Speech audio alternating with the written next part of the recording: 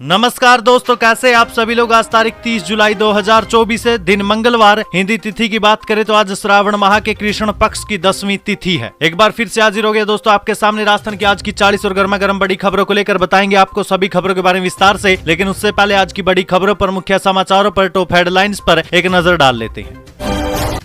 मौसम को लेकर बड़ी खबर आई दोस्तों। अगस्त महीने में मानसून की होगी भयंकर वापसी। आगामी 5-6 दिनों के लिए आईएमडी की बड़ी चेतावनी। 1 अगस्त से प्रदेश में भारी बारिश का अलर्ट। वहीं दोस्तों विश्व हिंदू परिषद के अध्यक्ष बोले, जनसंख्या घुसपैठ से बढ़ रही है, हिंदुओं को 3 बच्चे पैदा करने चाहिए। दुकानों पर नाम लिखने का प्रावधान है, बीजेपी नहीं मनमोहन सरकार लेकर आई थी। वहीं दोस्तों राजस्थान में ओपीएस स्कीम को लेकर आई बड़ी खबर। पैसा जमा करने के बाद भी इन्हें नहीं मिल रही है पेंशन। वहीं दोस्तों राजस्थान के इन जिलों को लेकर आई बड़ी खबर। गहलोत सरकार के फैसले को पलटने की तैयारी में है भजनलाल सरकार। इसी के साथ ही दोस्तों राजस्थान में कावड़ियों पर पुलिस ने बरसाई लाठियां। घटना के बाद मच गई भगदड़। वहीं दोस्तों एक बड़ा हादसा टला। कांडला नेशनल हाईवे पर एलपीजी गैस टैंकर में हुई लीकेज। 20 टन गैस भरी थी। 180 मिनट बाद गेल इंडिया की टीम ने हालात पर पाया काबू। राजस्थान में फिर होगी महंगी बिजली। बिजली विनियामक आयोग ने दी मंजूरी। 20 से 55 रुपए तक बढ़ेगा फिक्स चार्ज। वहीं दोस्तों राजस्थान के इस जिले को मिली बड़ी सौगात। केंद्रीय मंत्री ने की वंदे भारत ट्रेन संचालन की घोषणा। लंबे समय से थी लोगों की मांग। बने रहिए दोस्तों, बताएंगे आपको प्रदेश की 40 बड़ी खबरों के बारे में विस्तार से। लेकिन उससे पहले अगर अभी तक आपने चैनल को सब्सक्राइब नहीं किया तो सबसे पहले चैनल को सब्सक्राइब कर दे, वीडियो को लाइक कर दे और अपने कमेंट जरूर कर दीजिए।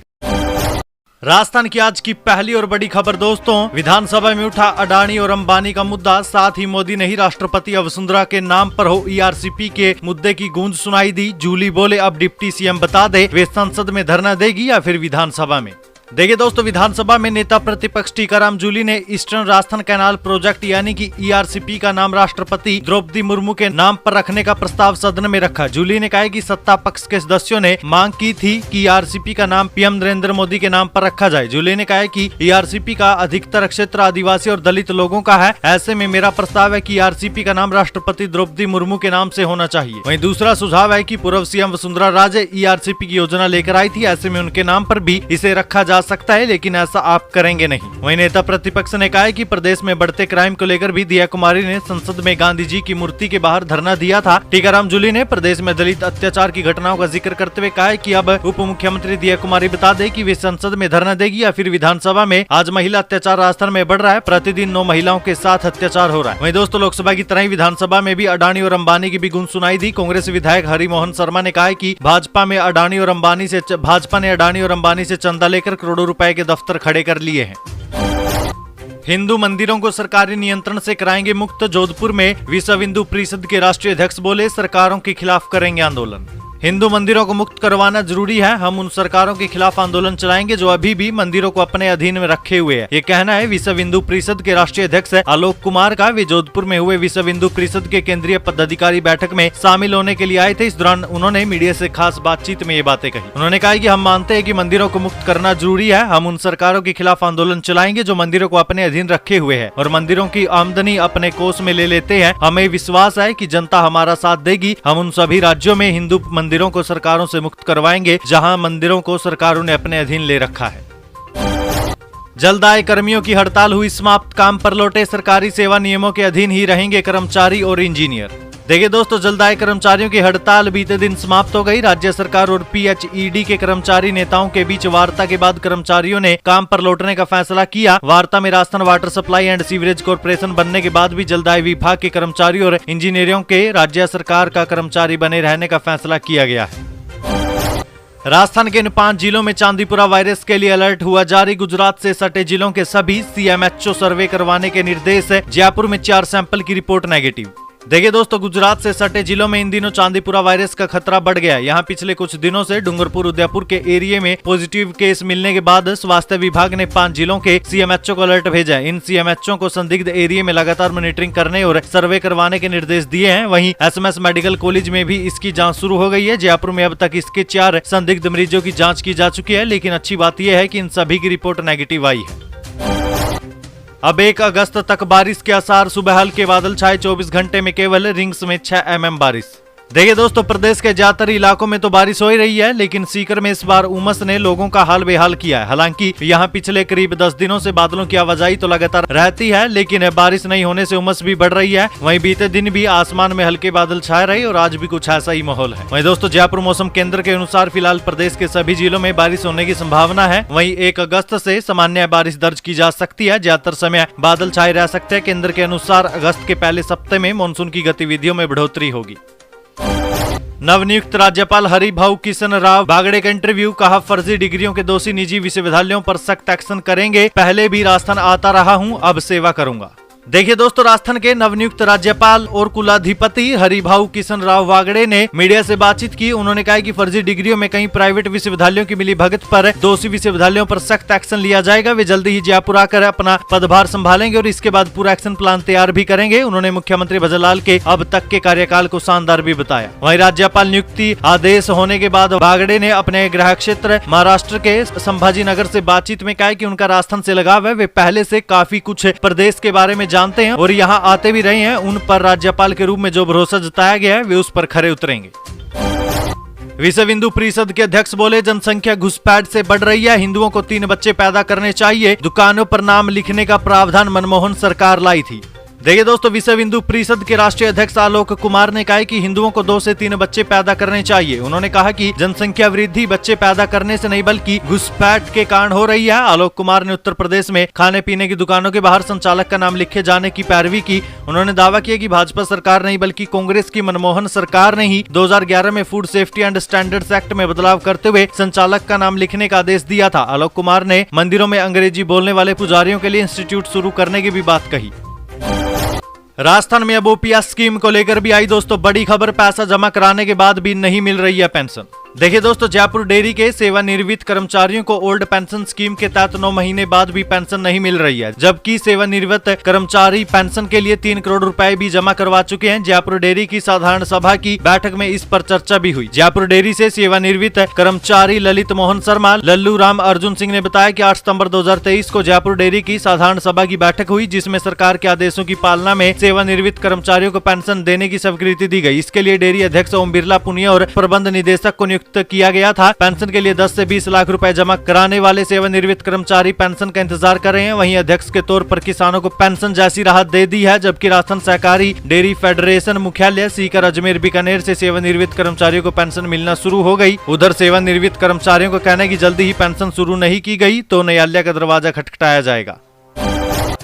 राजस्थान के इन जिलों को लेकर आई दोस्तों बड़ी खबर, गहलोत सरकार के फैसले को पलटने की तैयारी में है भजनलाल सरकार। देखिए दोस्तों, पूर्ववर्ती कांग्रेस सरकार की ओर से जयपुर, जोधपुर और कोटा शहर में बनाए गए 2 नगर निगम को अब भजनलाल सरकार वापस एक करने की तैयारी कर रही है। नागौर दौरे पर आए राजस्थान सरकार के नगरीय विकास और स्वायत्त शासन मंत्री झावर सिंह खर्रा ने पत्रकारों से बातचीत में इस बात के संकेत दिए थे। उन्होंने बताया कि इस संबंध में आमजन से वे जनप्रतिनिधियों से राय ले रहे हैं। करीब 99% का मत है कि ये विभाजन गलत हुआ है, इससे सरकार पर अनावश्यक आर्थिक भार पड़ रहा है और शहरों में व्यवस्था खराब हुई है। स्थानीय निकाय और पंचायती राज संस्थाओं के चुनाव एक साथ कराने को लेकर भी मंत्री खर्रा ने कहा कि निश्चित रूप से काम किया जाएगा।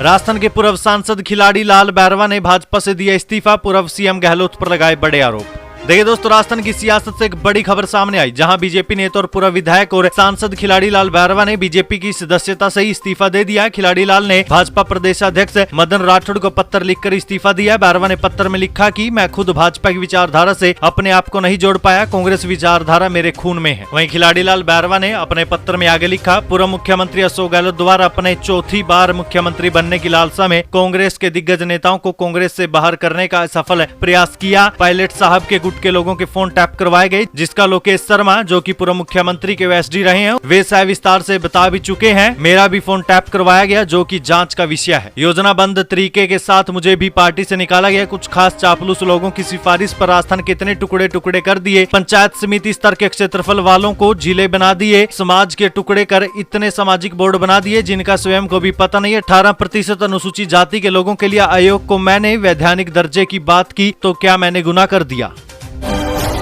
राजस्थान में कावड़ियों पर पुलिस ने बरसाई लाठियां, घटना के बाद मच गई भगदड़।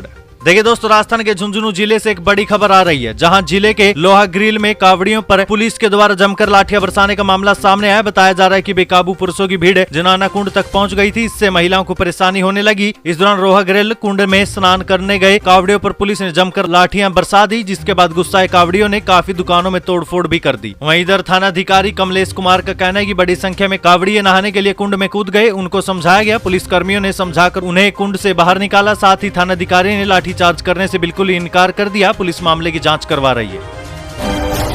शिक्षा विभाग में कार्यरत कार्मिकों के बच्चों को मिलेगी छात्रवृत्ति, 5 अगस्त तक कर सकते हैं आवेदन। देखिए दोस्तों, राजस्थान के शिक्षा विभाग के अधिकारियों और कर्मचारियों के लिए एक बड़ी खबर है। दरअसल शिक्षा विभाग अपने कार्मिकों के मेधावी पुत्र और पुत्रियों को एक मुफ्त छात्रवृत्ति की सौगात देने जा रहा है। माध्यमिक शिक्षा बोर्ड अजमेर से शब्द स्कूलों में वर्ष 2024 में 10वीं की परीक्षा में 70% या उससे अधिक अंक लाने वाले विद्यार्थियों को 11,000 रुपए की प्रोत्साहन राशि से नवाजा जाएगा। ये राशि हितकारी निधि के 2018-19 से नियमित अंशदाता को दे होगी। इसके लिए शिक्षा विभाग ने 5 अगस्त तक ऑफलाइन आवेदन मांगे हैं। ये छात्रवृत्ति केवल माध्यमिक और प्रारंभिक शिक्षा विभाग में कार्यरत कार्मिकों के बच्चों को ही दी जाएगी। 820 हेक्टेयर जमीन पर लोगों का कब्जा, जेडीए चलाएगा बुलडोजर, यहां से हुई शुरुआत। देखिए दोस्तों, जेडीए अपनी जमीन को अतिक्रमण से मुक्त करवाएगा। विभिन्न जोन से प्रवर्तन शाखा को जो रिपोर्ट दी गई उस पर गौर करें तो 820 हेक्टेयर जमीन अतिक्रमण से प्रभावित है। इसे मुक्त कराने का अभियान शुरू हो चुका है। बीते दिन जोन 10 में प्रवर्तन शाखा ने कार्रवाई कर 50 बीघा सरकारी भूमि को अतिक्रमण से मुक्त करवाया। कार्रवाई के बाद सरकारी जमीन पर जेडीए स्वामित्व के बोर्ड भी लगाए जा रहे हैं और नियमित रूप से अब निगरानी भी होगी। माना जा रहा है कि लैंड यूज के हिसाब से जमीन योजनाएं सृजित करेगा और जमीन से जो पैसा आएगा वो शहर के विकास में काम आएगा। रिपोर्ट में सामने आया कि कई जगह तो सरकारी जमीन पर स्थायी निर्माण तक हो गए हैं। ऐसे में यहां से अतिक्रमण हटाना जेडीए के लिए आसान काम नहीं होगा। दरअसल 9 जुलाई की जेडीए की बैठक के दौरान नगरीय विकास मंत्री झाबर सिंह खर्रा ने ऐसी सरकारी जमीन चिन्हित करने के निर्देश दिए थे जिन पर अतिक्रमण है। राजस्थान की घूंघट प्रथा पर बोलते हैं, हिजाब पर बंद हो जाती है इनकी जुबान। केंद्रीय मंत्री गिरिराज सिंह ने राहुल गांधी पर साधा निशाना। देखिए दोस्तों, केंद्रीय वस्त्र मंत्री गिरिराज सिंह ने राष्ट्रीय फैशन प्रौद्योगिकी संस्थान यानी निफ्ट के छात्रावास उद्घाटन कार्यक्रम के दौरान पत्रकारों से बातचीत में कहा कि राहुल गांधी और टुकड़े टुकड़े गैंग मिलकर देश में नफरत का माहौल पैदा कर रहे हैं, संविधान खतरे में कहकर भ्रमित कर रहे हैं। वे राजस्थान की घूंघट प्रथा पर तो बोलते हैं लेकिन हिजाब पर उनकी जुबान बंद हो जाती है। महाराष्ट्र, उत्तर प्रदेश, हरियाणा विधानसभा चुनाव में इंडी गठबंधन की एकजुटता को लेकर प्रश्न पूछने पर गिरिराज सिंह ने कहा है कि काठ की हांडी बार बार नहीं चढ़ती है। देश में टुकड़े टुकड़े गैंग, कांग्रेस और राहुल गांधी एक माहौल क्रिएट कर रहे हैं। राहुल गांधी 3 तलाक पर चुप्पी साध लेते हैं। मुस्लिम महिलाओं को तलाक के बाद हिंदू महिलाओं के समान निर्वाह भत्ता मिलने की बात पर भी राहुल अपना मुंह बंद रखते हैं। ये देश को बरगलाने जैसा है। कावड़ियों से मारपीट मामले में बाल मुकुंदाचार्य की सियासत, कहा कांग्रेस के समय होता था पथराव, अब सब कुछ शांति से चल रहा है। देखिए दोस्तों, प्रदेश में कावड़ियों के ऊपर लाठीचार्ज का मामला गरमाया हुआ है। वहीं दूसरी ओर अब इस मामले में राजनीति भी शुरू हो गई है। बीजेपी नेता और मंत्री बाल मुकुंदाचार्य ने इस मामले में निष्पक्ष जांच की मांग की, वहीं दोषियों के खिलाफ कार्रवाई करने की मांग की। हालांकि उन्होंने इस मामले को कांग्रेस से जोड़ते हुए बयान दिया। बाल मुकुंदाचार्य ने एक तरफ पुलिस थाने पर कावड़ियों के व्यवहार को लेकर कहा कि ये ठीक नहीं है, साथ ही कहा कि अगर पुलिस अधिकारियों ने गलती की है तो उन पर कार्रवाई की जाएगी। इसके बाद उन्होंने कहा कि कावड़ियों की यात्रा पुरानी परंपरा है, कांग्रेस राज्य में इस तरीके की घटनाएं होती थी, बीजेपी से गंभीरता से ले रही है। बाल मुकुंदाचार्य ने कहा कि कावड़ियों के सत्संग पर प्रतिबंध कांग्रेस लगा दिया करती थी, लेकिन बीजेपी के आने के बाद से सब कुछ शांति से चल रहा है। कावड़ियों पर किसी भी प्रकार का अपद्रव्य व्यवहार बर्दाश्त नहीं किया जाएगा। बांग्लादेशी और रोहिंग्या की पहचान के लिए चलेगा अभियान, विधानसभा अध्यक्ष देवनानी ने एसपी को दिए निर्देश। देखिए दोस्तों, विधानसभा अध्यक्ष वासुदेव देवनानी ने सर्किट हाउस में जिला पुलिस अधीक्षक के साथ कानून व्यवस्था पर चर्चा की थी। उन्होंने निर्देश दिए कि दरगाह संपर्क सड़क, दिल्ली गेट और शहर के अन्य हिस्सों में बढ़ते अपराधों पर लगाम कसी जाए। कई बार इन अपराधों में अवैध रूप से रह रहे बांग्लादेशी और रोहिंग्याओं की भूमिका सामने आती है। इन सभी के खिलाफ सर्च अभियान चलाकर धरपकड़ की जाए, इन्हें देश से बाहर भेजने की कार्रवाई की जाए। दरगाह संपर्क सड़क पर स्थायी पुलिस चौकी की स्थापना शीघ्र हो। बजट घोषणा की अनुपालना में हरिभाऊ उपाध्याय नगर में थाने के निर्माण की शुरुआत जल्द करवाई जाए। कांडला नेशनल हाईवे पर एलपीजी गैस टैंकर में हुई लीकेज, 20 टन गैस भरी थी, करीब 30 घरों को खाली करवाया गया। देखिए दोस्तों, सिरोही जिले से रेवदर कस्बे के पास एक एलपीजी गैस से भरा टैंकर लीक हो गया। टैंकर के अंदर करीब 20 टन गैस भरी हुई थी। हाईवे से सटे खेतों में रह रहे करीब 20 से 30 परिवारों के भी घर खाली करवाए गए। घटना बीते दिन दोपहर करीब 12 बजे कांडला नेशनल हाईवे के पास की है। मौके पर रेवदर एसडीएम सुबोध सिंह, सीओ रूप सिंह, एसएचओ रविंद्रपाल सिंह समेत पुलिस जाब्ता मौजूद रहा। गेल इंडिया की टीम भी मौके पर पहुंच गई। पुलिस जवानों ने लोगों को सुरक्षित स्थानों पर ले जाया। एसएचओ रविंद्रपाल सिंह ने बताया कि घटना क्षेत्र से करीब 1 किलोमीटर की दूरी पर सोनेला गांव की है। वहां तक तो खतरा नहीं था, लेकिन आसपास के खेतों में करीब 20 से 30 परिवार घर बनाकर रहते हैं। पुलिस जवानों को उन परिवारों को सुरक्षित स्थानों पर ले जाने के निर्देश दिए गए थे। 4-5 दुकानों और 3 ढाबों को भी बंद करवाया गया था। किसी भी आपात स्थिति से बचने के लिए आपदा नियंत्रण टीमों को भी बुला लिया गया था। फिलहाल दोस्तों, आपदा विभाग की टीम मौके पर पहुंच गई और लीकेज पर काबू पाया। एक बड़ा हादसा टल गया। राजस्थान में फिर महंगी होगी बिजली। बिजली विनियामक आयोग ने दी मंजूरी। 20 से 55 रुपए तक बढ़ेगा फिक्स चार्ज। देखिए दोस्तों, राजस्थान में बिजली उपभोक्ताओं को 1 महीने में अब दूसरा झटका लगने जा रहा है। जी हां दोस्तों, राजस्थान बिजली विनियामक आयोग ने नए बिजली बिलों में वसूले जाने वाले फिक्स चार्ज को बढ़ाने की मंजूरी दे दी है। जो फिक्स चार्ज अभी 100 से 400 रुपए तक लगता था, उसे बढ़ाकर अब 150 से 450 रुपए करने की तैयारी हो गई है। इससे अब उपभोक्ताओं का बिजली का बिल भी बढ़ जाएगा। वहीं दोस्तों, आपको बता दें, जून महीने में विभाग की ओर से 54 पैसे प्रति यूनिट फ्यूल सरचार्ज लगाने का आदेश जारी किया गया था। पिछले 5 साल से हर महीने इसके अतिरिक्त 7 पैसे प्रति यूनिट फ्यूल सरचार्ज लगाया जा रहा था। ऐसे में अब 61 पैसे प्रति यूनिट फ्यूल सरचार्ज लगाकर बिल जारी किए गए। बिजली विभाग के जारी आदेश के अनुसार बढ़ा हुआ फ्यूल सरचार्ज 200 यूनिट से अधिक बिजली उपभोग करने वाले यूजर्स पर लगा हुआ था। अलवर की अन्नपूर्णा रसोई में जली रोटियां, पुरानी दाल, शराब के पौवे भी मिले। अधिकारी बोले कंपनी को ब्लैकलिस्ट करेंगे।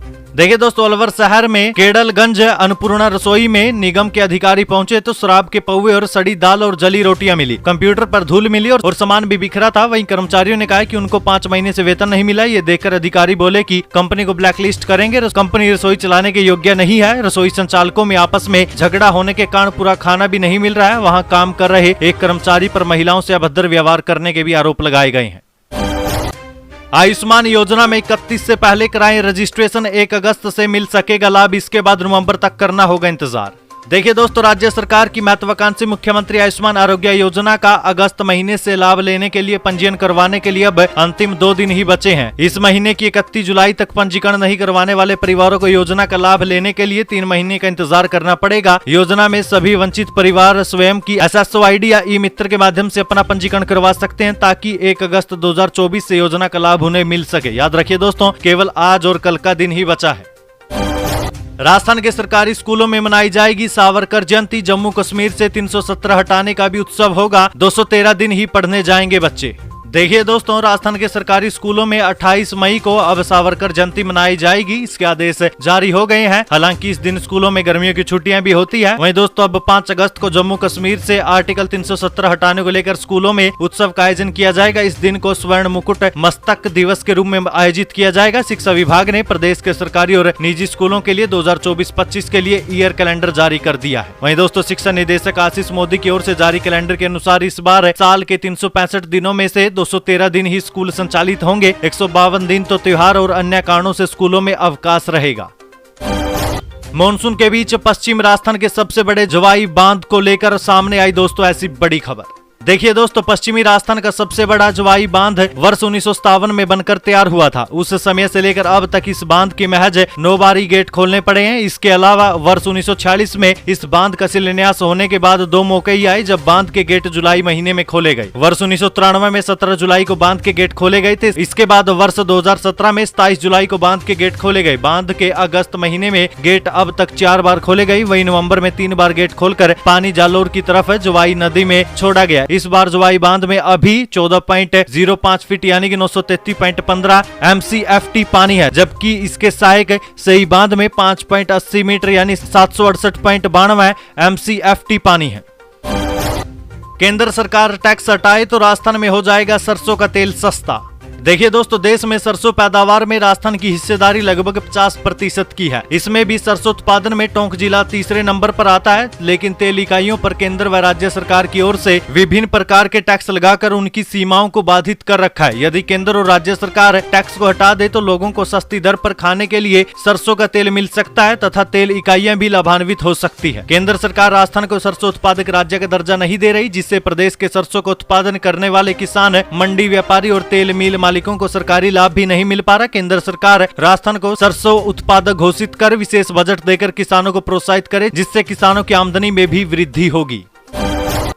बिना दस्तावेज ही आप सही करवा सकते अपने बच्चे का आधार एड्रेस, जाने दोस्तों आखिर कैसे। देखिए दोस्तों, अगर आपके बच्चे के आधार एड्रेस में कोई गलती है या उसमें पुराना पता दिया गया है तो उसके सुधार के लिए भारतीय विशिष्ट पहचान प्राधिकरण यानी कि UIDAI एक विकल्प देता है, जिसकी सहायता से आप बच्चे के आधार का एड्रेस अपडेट कर सकते हैं। इसके लिए बच्चे का कोई अन्य सही पते वाला डॉक्यूमेंट होना जरूरी भी नहीं है। इसके लिए आपको सिर्फ 50 रुपए खर्च करने होंगे। सबसे पहले बच्चे के आधार नंबर से uidi.gov.in पर जाकर लॉगिन करें। अब आधार एड्रेस अपडेट में हेड ऑफ फैमिली के आधार पर एड्रेस अपडेट पर जाएं। इसके बाद नेक्स्ट पर क्लिक करें। अब हेड ऑफ फैमिली का Aadhaar number, mobile number, head of family से आवेदक का क्या रिश्ता है, उसके साथ ही डॉक्यूमेंट का चयन कर उसका PDF अपलोड कर नेक्स्ट पर क्लिक करें। अब पेमेंट का ऑप्शन आएगा, यहाँ 50 रुपए की पेमेंट कर दे। इसके बाद हेड ऑफ फैमिली का आधार लॉगिन कर माई HOF रिक्वेस्ट पर SRN नंबर डालकर स्वीकृत कर दे। इस प्रक्रिया के 15 से 20 दिन के बाद आपके बच्चे का आधार पता अपडेट हो जाएगा। अगर दोस्तों आपको फोन या कंप्यूटर चलाना आता है तो आप इसे घर बैठे भी कर सकते हैं, अन्यथा आप किसी ऐसी व्यक्ति से इसे अपडेट करवा सकते हैं जिसे इस बारे में जानकारी हो, या फिर ई-मित्र या CSC सेंटर पर भी अपडेट करवा सकते हैं। राजस्थान के इस शहर में ट्रैफिक हालात हुए बेकाबू, अभी यहाँ हो गए हैं 40,000 से भी ज्यादा ई-रिक्शा। देखिए दोस्तों, राजधानी जयपुर में ट्रैफिक के हाल बेकार है। लाखों प्रयासों के बाद भी हालात सुधरने का नाम नहीं ले रहे। परकोटे में तो ई-रिक्शा चलाने के कारण दुपहिया व चौपहिया वाहन चालक तो बहुत दूर की बात है, आप सही ढंग से पैदल तक नहीं चल सकते हैं। सरकार ने खुद माना कि शहर की सड़कों पर ई-रिक्शा की बाढ़ सी आ गई। ई-रिक्शा 40,000 से अधिक हो गई। ये तो सरकारी आंकड़े हैं। एक अनुमान के अनुसार तो इनकी संख्या करीब 50,000 के आसपास है। अब दोस्तों, ऐसा भी नहीं है कि सरकार ने कोई कार्रवाई नहीं की, लेकिन कार्रवाई के बाद भी परकोटे में ट्रैफिक की हालत सही नहीं है। सरकार की ओर से जारी अधिकृत आंकड़ों के अनुसार जयपुर शहर में कुल 41,762 ई-रिक्शा चल रही है। यातायात जाम से बचाने व बेतरकीब तरीके ई-रिक्शा चलने के कारण यातायात पुलिस भी मुस्तैद है। इस वर्ष अब तक जनवरी महीने से 15 जुलाई तक 29,218 ई-रिक्शा चालकों के खिलाफ कार्रवाई की गई। इनमें से 930 के चालान काटे गए हैं। इसके अलावा 3,064 ई-रिक्शा जब्त भी किए जा चुके हैं। बीकानेर को मिली बड़ी सौगात, केंद्रीय मंत्री ने की वंदे भारत ट्रेन संचालन की घोषणा, लंबे समय से थी लोगों की मांग। देखिए दोस्तों, केंद्रीय कानून मंत्री अर्जुन राम मेघवाल ने बीकानेर के लिए बहुप्रतीक्षित वंदे भारत ट्रेन को लेकर बड़ी खुशखबरी दी। उन्होंने कहा कि बीकानेर के लिए बड़ी घोषणा कर रहा हूं, सितंबर से बीकानेर में वंदे भारत ट्रेन चलेगी। हालांकि स्पष्ट नहीं हो सका कि ट्रेन कहां से कहां तक के लिए चलेगी। कानून मंत्री ने यह घोषणा केंद्रीय बजट पर आयोजित परिचर्चा में की। इसका आयोजन बीकानेर भाजपा की ओर से किया गया था। अध्यक्षता शहर अध्यक्ष विजया आचार्य ने की थी। खराब जीवन शैली, हाइपरटेंशन, स्ट्रेस और धूम्रपान से बढ़ रही हैं ब्रेन स्ट्रोक के केस।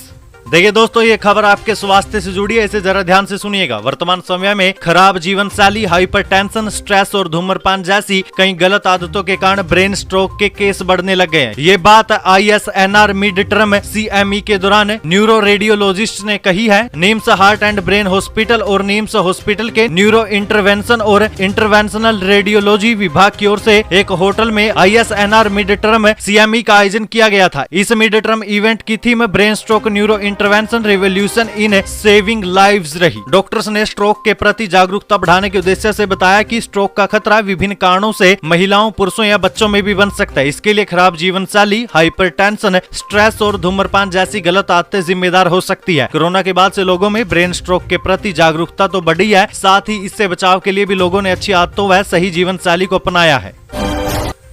कोटा में भी हो सकता है दिल्ली कोचिंग जैसा हादसा, प्रशासन ने लिया बड़ा एक्शन, कई लाइब्रेरी की गई सीज।